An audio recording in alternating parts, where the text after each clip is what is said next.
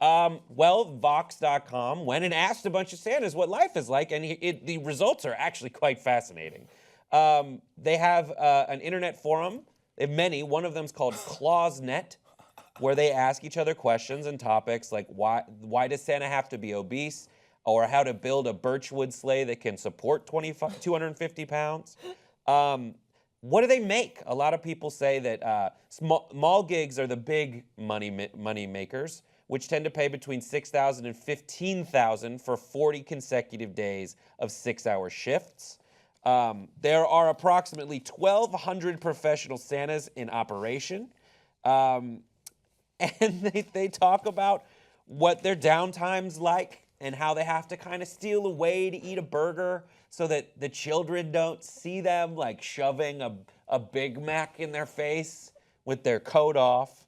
That's a celebrity endorsement right there. They say that a Santa outfit, you can go to Party City and get one for $100, but a custom Santa outfit can cost upwards of $1,200.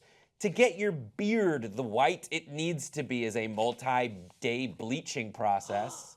One guy said he spent 25 hours in the salon. He's gone back there twice in the 40-day period. The big Santa Claus that you should know about is named Ed Taylor. He was on Ellen. He gets gigs with the Rams and with the Lakers. He's an LA guy. He makes about over $100,000 a year through working as a mall Santa, an events Santa. But he also has an online school called the Santa Conservatory, where he charges people about $200, and he's got 900 students. And there's a lot that you probably would intuitively know about Santa, being a Santa, if you put some time into thinking about it.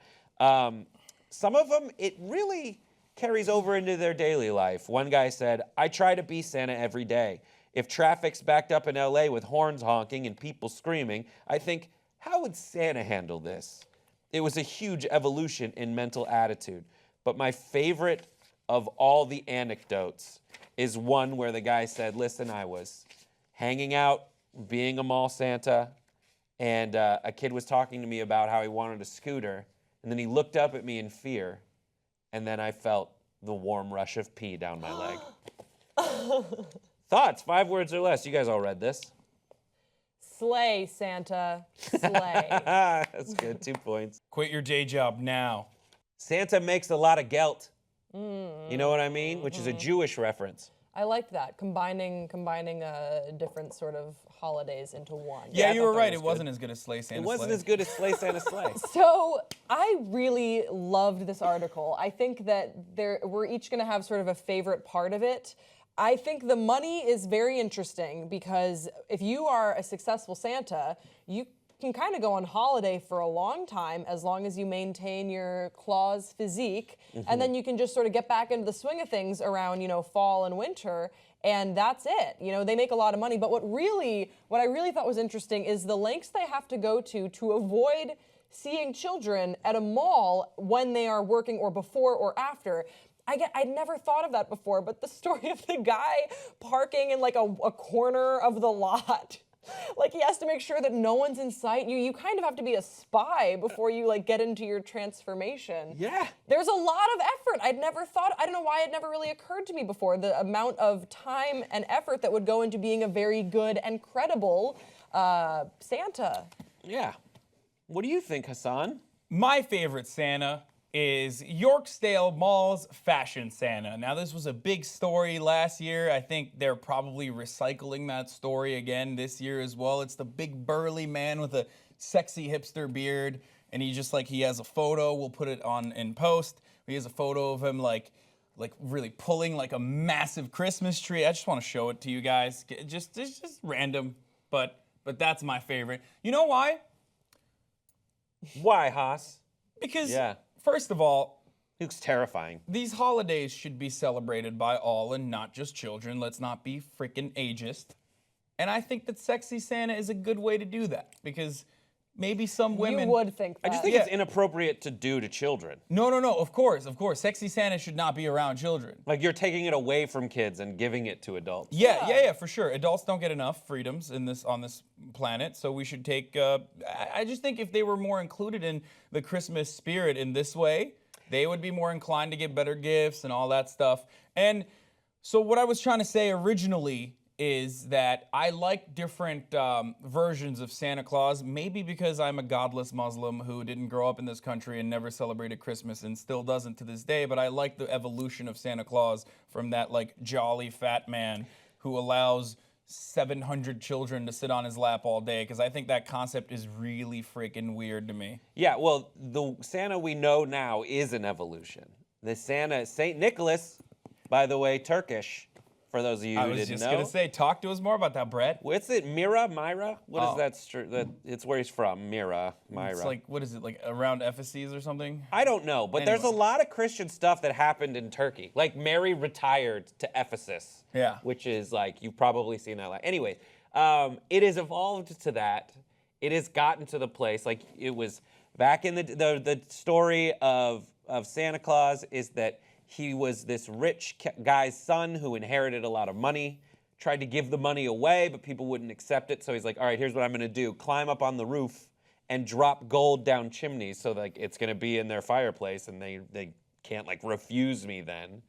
And then it developed over time. And then there was the visit from St. Nick. If you know, there's racist depictions of Santa Claus. Is it in Holland? I think it's Zwarte like a Nordic. Piet. Yeah, Zwarte Piet, which translates what to like Black Pete, I think. Black Peter. Yeah, Black Peter. A man puts on blackface and runs around, and then people beat him. I think he's like a Grinch take on Santa Claus. The story of Santa in Holland is that Santa lives in Spain, and he rides a boat, and then he gets on a horse, and he's got his friends, the Zwarte Piets, who, if you're a bad kid, they put you in a burlap sack and take you back to Spain.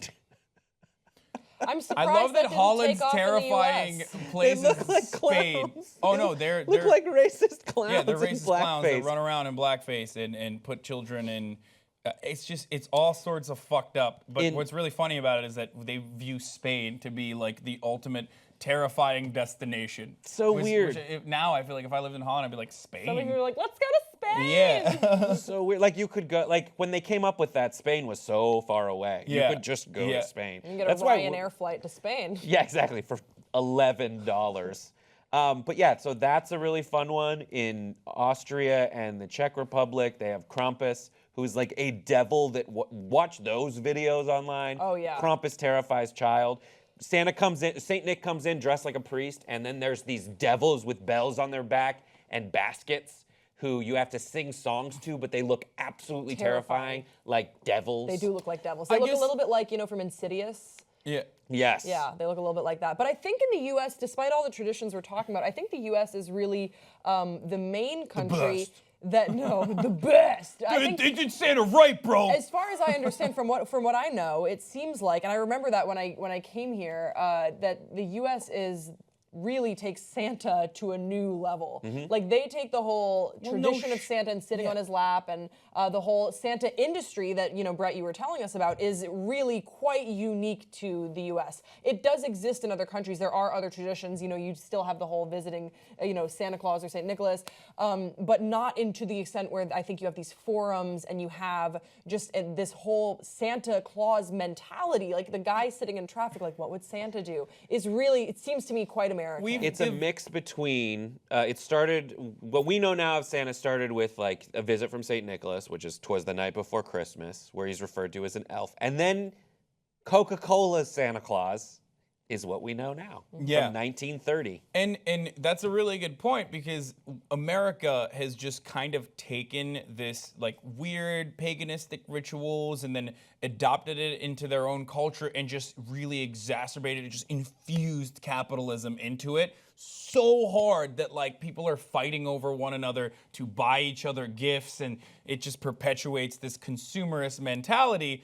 And I think that is a perfectly American adaptation of Santa Claus, and I love it. I love it when people have a debate over whether or not it's appropriate And I was going to actually give you the opportunity to plug something that you were working on currently, Well, sir. I yeah. think it's very interesting. We'll see if it actually becomes something good. But I shot a video called "Santa is the Devil."